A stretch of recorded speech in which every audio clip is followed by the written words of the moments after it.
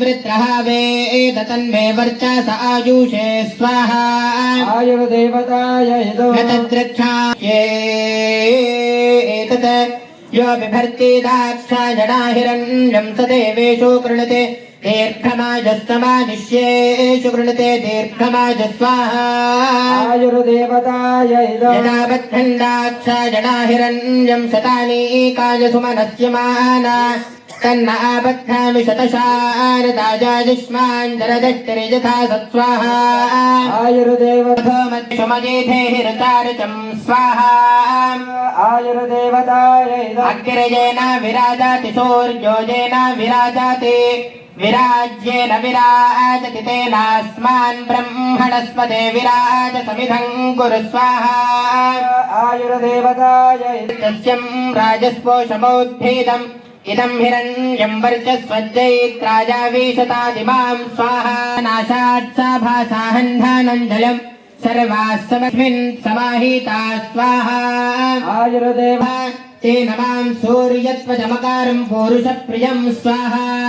आयुर्देवताय इदो सम्राजन्नचा मे ध्रुवा हिना सम्बाभूव स्वाहा ॐ रात्रि व्यक्षदालते पूरुत्रा देव्या अक्षभिः विश्वा अधिश्रियोऽधित स्वाहा ओर्वप्रा अमर्त्या निवतो देव्यो उद्वतः ज्योतिषा बाधते तमः स्वाहा निरस्वसारमस्कृतोषसन् देव्यानिति अपेदोहासते तमः स्वाहा सा नो अद्य यस्या भजन्नितेजा मन्नविक्ष्महि वृक्ष निग्रामासो अविक्षत निपद्वन्तो निपक्षिणाः निश्चेना षष्टिदर्थिनः स्वाहा वृक्त्यामृतैरवजस्ते नमोर्म्ये अधानः सुतरा भुव स्वाहा वामापेपि सत्तमः कृष्णं यत्तमस्थिता उषारुणे वाजातय स्वाहा ॐ आयुष्यं वर्चस्यं राजस्पोषमोद्भेदम्